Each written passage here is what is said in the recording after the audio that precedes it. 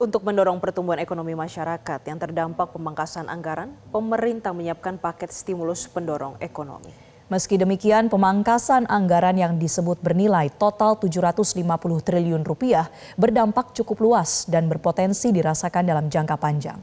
Apa saja rincian stimulus pertumbuhan ekonomi kuartal 1 2025 dan apa pula dampak jangka panjang dari pemangkasan anggaran 750 triliun?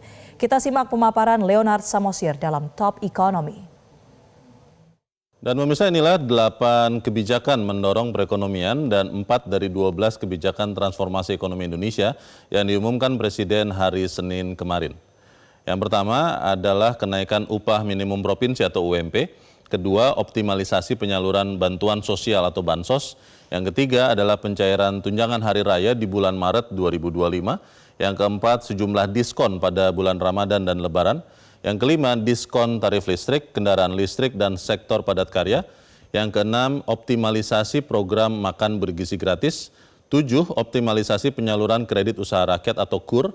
Dan 8, optimalisasi panen padi. Lalu Presiden Prabowo juga memaparkan 12 kebijakan yang mendorong daya saing untuk transformasi ekonomi jangka panjang. Ada 4 yang menarik. Yang pertama adalah program makan bergizi gratis yang ditargetkan meningkatkan pertumbuhan ekonomi. Nomor 3, konsolidasi BUMN ke dalam Danantara.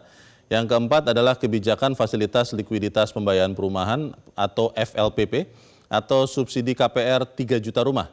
Yang kesembilan adalah 100% devisa hasil ekspor atau DHE sektor sumber daya alam wajib disimpan di dalam negeri. Yang ke-10 adalah pembentukan bank emas atau bullion bank. Yang ke-11 adalah penghapusan utang macet UMKM.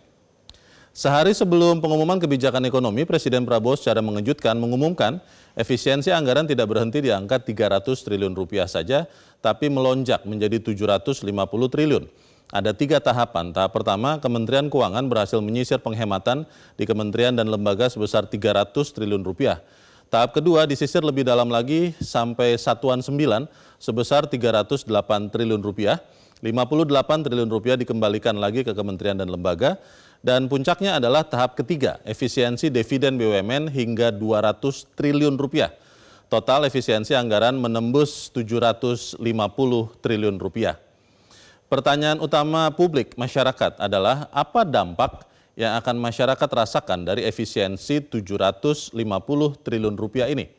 Analisis metrotvnews.com menyebutkan beberapa potensi dampaknya bagi masyarakat. Yang pertama, di bidang pendidikan bisa terjadi pengurangan beasiswa dan fasilitas belajar. Di bidang kesehatan, fasilitas kesehatan bisa saja berkurang. Di sektor infrastruktur publik, perbaikan atau pemeliharaan jalan dan lainnya bisa tertunda. Yang keempat, potensial juga terjadi penyesuaian bansos dan subsidi.